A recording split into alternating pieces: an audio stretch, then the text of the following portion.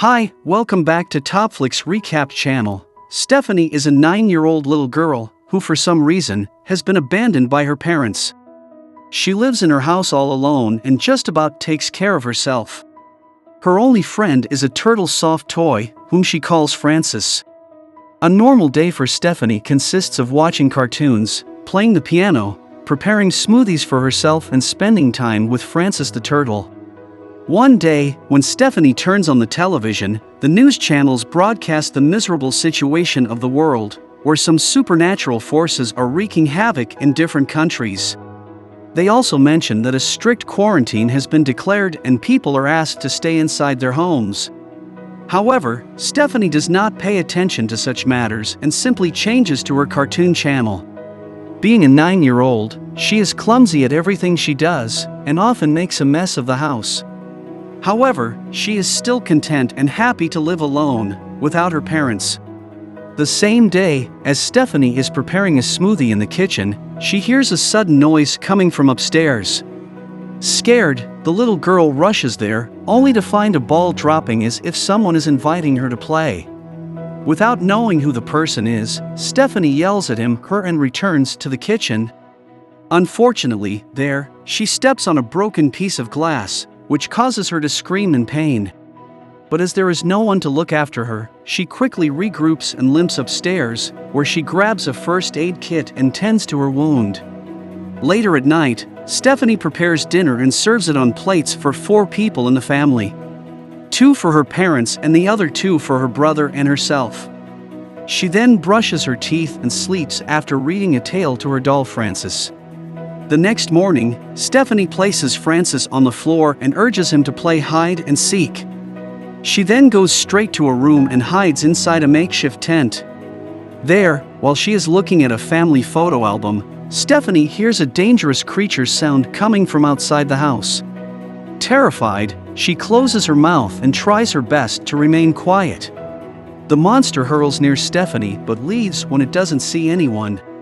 After a while, Stephanie slowly comes out of her tent and approaches the window to take a look at the creature. Sadly, she sees no one and deduces that the creature has escaped in the nearby woods. She then tells Francis that the monster doesn't like noises, so they should remain silent. In the afternoon, as Stephanie is playing football with Francis, she notices her pet rabbit, Mr. Hopper, wandering around the garden. It turns out that he has somehow managed to get out of his cage. Stephanie asks Mr. Hopper to wait for a while and rushes to the kitchen to prepare some food for him. After some time, she comes back with a bowl full of tomato sauce. She then tries to lure Mr. Hopper back inside but fails as the rabbit hops toward the woods. Afterward, when Stephanie is brushing her teeth at night, the electricity suddenly cuts off, making her scared. She then rushes to her brother, Paul's room and holds his hand. Strangely, the hand looks pale and weak, as if he is already dead. But when Stephanie urges Paul to protect her, his hand slowly moves, implying that a supernatural force is controlling him now. At night, she hears a loud bang by the window, which scares the life out of her. Slowly and warily, she goes to check and finds blood all over the place. The little girl follows the trail and finds her pet rabbit, Mr. Hopper, badly injured and bleeding on the table. Enraged, she enters Paul's room and blames him for the rabbit's death and the departure of their parents. She then picks a baseball bat and starts bashing his body, which is lying on the bed. Because of this, the cloth covering Paul's head slips, which reveals his decomposed face. The following night, it is raining and the power again cuts off. Stephanie goes to the basement to get some candles, and while there, she notices the washing machine shaking violently like someone is trapped inside. Afraid, she runs straight to her makeshift tent and sleeps. Late at night, Stephanie hears someone opening the door. She walks downstairs to check it and sees water everywhere on the floor and assumes that someone has managed to sneak inside the house. When lightning occurs, one can clearly see that someone is standing behind her back. Frightened, Stephanie goes to the bathroom and locks herself inside. The footsteps start approaching her, making her close her mouth in horror. But to her surprise, it's her parents, Eric and Jane, who have returned to visit her. After this, the little girl reunites with her parents and sleeps with them. The next day, Jane changes her dress in front of Stephanie, assuming that she is sleeping. However, she is wrong. The little girl is awake, and she stares at her mother from behind. Strangely, there are some dot-like scars on her mother's belly, which makes Stephanie afraid. Later, she notices her father carrying wooden blocks, trying to prepare a fence around the house. He claims that he is doing this to protect the house from the monster. Seeing this, Stephanie rushes to her brother's room but does not find his corpse there. Without notifying anyone, she then walks into the woods in search of her brother. But to her dismay, she finds that her parents have already buried Paul near the backyard. Angry, the little girl frantically tries to dig up the body with her hands, but at the same time, she is called by her parents. When Stephanie returns home, her mother, Jane, urges her to never step out of the fence without their permission. The little girl obliges but expresses her desire to have Paul back in the house. The next morning, while having pancakes for breakfast, Stephanie asks her mom why she left her alone in the house. Jane replies that it was not her choice because they had assumed that Stephanie was also captured by the monster. Hearing this, the little girl tells her mother that the monster lives in the woods and will attack them whenever there is chaos or noise inside the house. She also mentions that one should remain silent and calm when the monster enters the house. Later at night, the dead body of Paul is brought back to the house through the window by an unseen force. Both the parents are sad to see this as they had just buried him with heavy hearts. However, Stephanie reacts normally as if nothing has happened. During dinner, she asks Eric if the monster brought her brother back and Eric confirms it. He also tells Stephanie that the monster is after her and will follow them wherever they go. In the next scene, Stephanie secretly enters her mother's room and finds numerous newspaper articles posted on a board, including little children like her committing heinous crimes. She goes through a book kept on the table and gets to know that Jane is actually trying to study brain surgery and its procedures. While she is looking through other posters, Jane rushes into the room, causing Stephanie to hide under the table. Jane looks worried, and when she looks at the brain pictures, she loses her temper and throws them away. Afterward, Stephanie can be seen chilling in the bathtub when Eric approaches her. He tells her that the monster is not an external force, but only the result of her bad feelings. Hence, she needs to control herself and try not to let the negative feelings take over her. Stephanie politely agrees, but in return, asks her father why she was left alone. This makes Eric emotional, and he slowly whispers that he was afraid and had no idea what to do to save his family. At night, Stephanie walks downstairs and hears her parents discussing ways to keep her under control. Eric seems positive, believing that Stephanie can control her emotions while Jane thinks otherwise. She suggests that they perform a brain procedure, but Eric opposes it, stating that it has high risks. He also continuously mentions that he doesn't want to lose his daughter. Stephanie, who is hearing all this, doesn't say a word and simply returns to her room to sleep. In her dream, she hears a strange sound coming from the other side of the entrance door. Slowly, she walks towards it and notices that it is already open. Suddenly, when she approaches the door, it closes, making her terrified. Despite this, she slowly opens the door and finds her father's ghost on the other side. With this, she starts screaming and eventually wakes up from her nightmare. However, Stephanie is still not convinced that it was only her imagination. Hence, she goes downstairs and stands in front of the same door. But just then, her parents arrive and comfort her.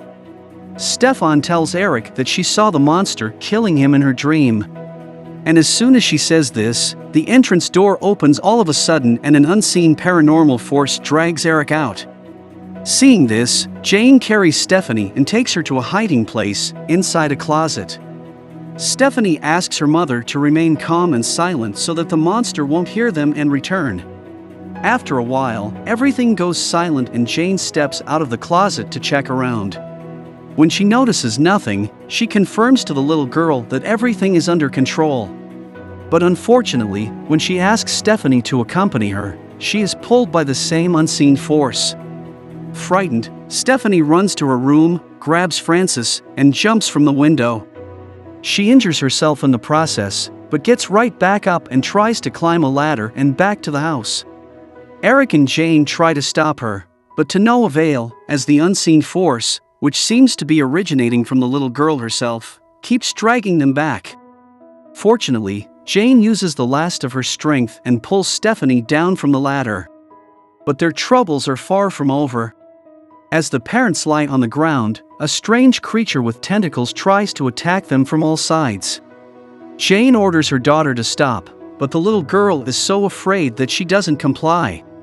But before any further damage is caused, Jane whips out a chloroformed handkerchief and puts it against Steph's face, hence putting her to sleep. Now, with the creature silenced, she tells Stephanie, "You are the monster." The next day, Stephanie wakes up and apologizes to her parents for running out of the house without their permission. Eric comforts her and reveals that she has a monster inside her that is controlling her activities and mind. With the help of some pendulum balls, he then tries to hypnotize Stephanie and asks her about what she did to Paul. The little girl closes her eyes and reveals that while she and Paul were carving pumpkins for Halloween, he started teasing her. This is why she attacked him with all her arms, i.e. tentacles. Saying this much, she again starts becoming violent, but Jane calms her down with a vaccine. Following this, the parents take Stephanie to an operation room and Jane proceeds to cut her head open. Eric tries to stop his wife from doing so, but she mentions that it is the only way to keep her alive and safe. It turns out that she wants to remove the monster by conducting a brain surgery. Unfortunately, just before the procedure can begin, the possessed little girl regains her consciousness and destroys the whole lab with her powers. In the next scene, Eric is watching the news, which mentions that the medical procedure conducted worldwide to treat children like Stephanie has gone wrong and large numbers of doctors and other medical personnel have been killed in the process. In the news, it is also mentioned that the medical procedure was the last hope to find a cure. Now that it has failed, the only remaining option is to euthanize the children suffering from this rare condition. In the morning, Stephanie acts as if nothing has happened. On the other hand, the parents plot to kill their daughter by poisoning her hot chocolate. Eric then asks Stephanie to accompany him for a walk into the woods. While the father-daughter bonds outside, Stephanie apologizes to her father for hurting him. Eric is moved by the comments, but after a short pause, he asks his daughter to drink the hot chocolate. But right before she can drink it, her telekinesis power throws the sipper away and face starts to turn blue.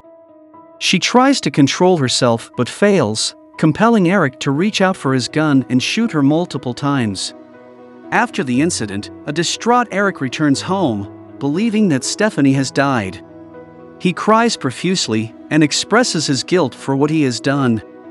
However, the next day, when he proceeds to bury Stephanie's body, he finds her standing at the back door of the fence. A dumbfounded Eric tries to react, but Stephanie gives him no chance and throws him in the air with her telekinesis power. She then heads towards the bathroom to find Jane and brings her downstairs, mercilessly striking her on the walls.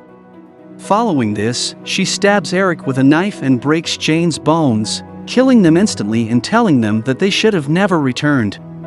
In the last scene, she destroys the whole house with her telekinesis powers, drags her parents' bodies outdoors, and abandons them at Paul's grave.